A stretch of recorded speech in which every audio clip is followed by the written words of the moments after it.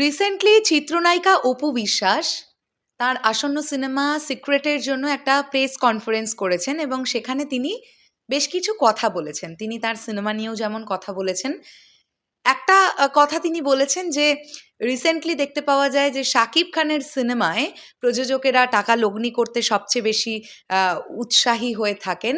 তো এটা তো কখনোই একটা সুসংবাদ হতে পারে না। আমাদের সবাইকে মিলে বাংলাদেশ ফিল্ম ইন্ডাস্ট্রিকে এগিয়ে নিয়ে যেতে হবে, এই ধরনের একটা কথা অপু বিশ্বাস বলেছেন এবং কোট আনকোট এই কথাটা সোশ্যাল মিডিয়ায় ভাইরাল হয়ে গেছে। এই বিষয়টা নিয়ে আমার কি মতামত, আমি সেটাই তোমাদের সঙ্গে শেয়ার করতে চাই এবং আমরা এখানে একজন প্রযোজকের পার্সপেক্টিভ থেকেও বিষয়টাকে ভাবার চেষ্টা করব।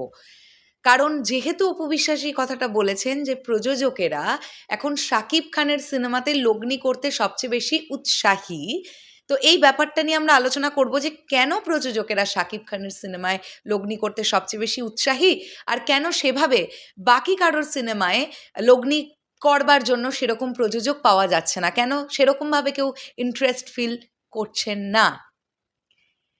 একজন প্রযোজক একটা সিনেমায় টাকা লগ্নি করেন, তিনি তার পয়সাটা সিনেমায় ঢালছেন, তিনি তো অবশ্যই চাইবেন যে তার টাকাটা রিটার্ন তো আসুকই, তার সঙ্গে সঙ্গে তিনি কিছু লাভ্যাংশ পাক।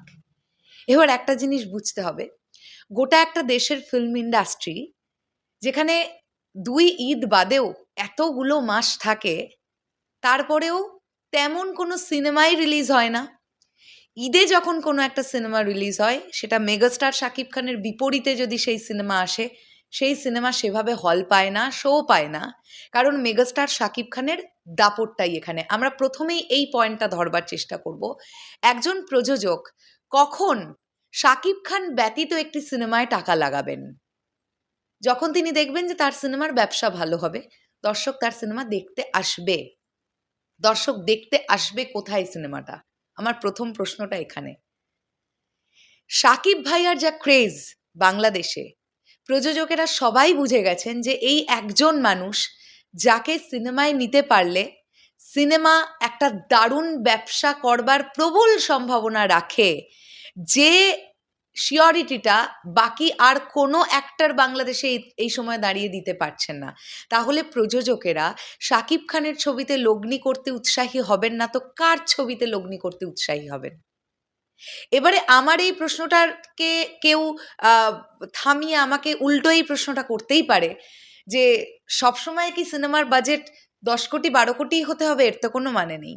আপনারা নিজেরাই বলুন, যখন আমরা দেখব মেগাস্টার শাকিব খান একটি 15 কোটি 17 কোটি বা 20 কোটি টাকা বাজেটের ছবি নিয়ে আসবেন, উল্টো দিকে তৈরি হচ্ছে একটা 1.5 থেকে 2 কোটি টাকা বাজেটের সিনেমা, আপনাদের মনে হয় এক্সিকিউশন ম্যাচ করাতে পারবে?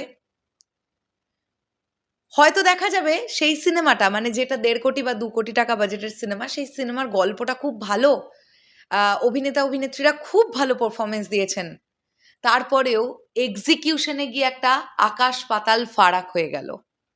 মানুষ সেই ম্যাজিকটাই তো পাবে না, বিগ স্ক্রিনের সেই ম্যাজিকটাই পাবে না। এবার একজন প্রযোজক কেন নর্মাল কোনো একজন অভিনেতা বা একজন স্টারের পেছনে 5 কোটি 7 কোটি 10 কোটি টাকা বিনিয়োগ করবে? আপনারাই বলুন। স্যাটেলাইট বা ওটিটি রাইটস দিয়ে কত টাকা ওঠানো সম্ভব?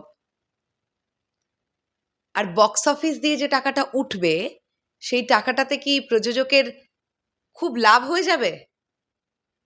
সেটা তো হবে না।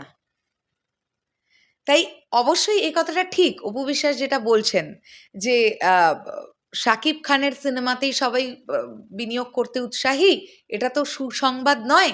এটা একজন চিত্রনায়িকা হিসেবে ওনার মনে হচ্ছে ওনার ইন্ডাস্ট্রির জন্য সুসংবাদ নয়, বাট প্রডিউসারদের জন্য এটাই সুসংবাদ, কারণ তারা তাদের পয়সাটা সেখানেই বিনিয়োগ করবে যেখান থেকে তারা রিটার্ন দেখতে পাবে।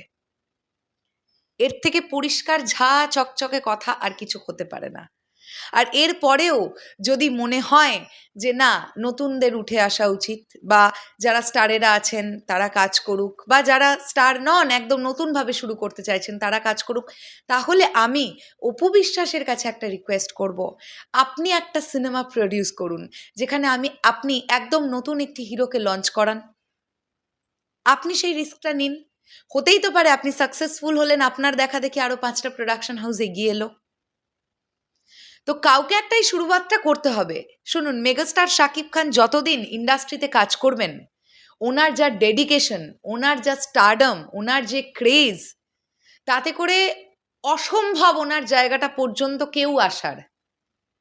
আর প্রযোজকেরা তখনই টাকা বিনিয়োগ করবেন সিনেমায় যখন তারা সেই মানি ব্যাক গ্যারেন্টিটা দেখতে পাবেন। তাই কোনো প্রযোজকই দুমদাম হুটপাট এরকম করে টাকা বিনিয়োগ করে দেবেন বলে আমার মনে হয় না। তাই কামিং 15 to 20 ইয়ার্স এখন আমরা আশা করছি চোখ বন্ধ করে প্রযোজকদের প্রথম টার্গেটটা থাকবেন মেগাস্টার শাকিব খান। তার শিডিউল না পেলে হয়তো তারা সেকেন্ড কোনো অপশন ভাববেন।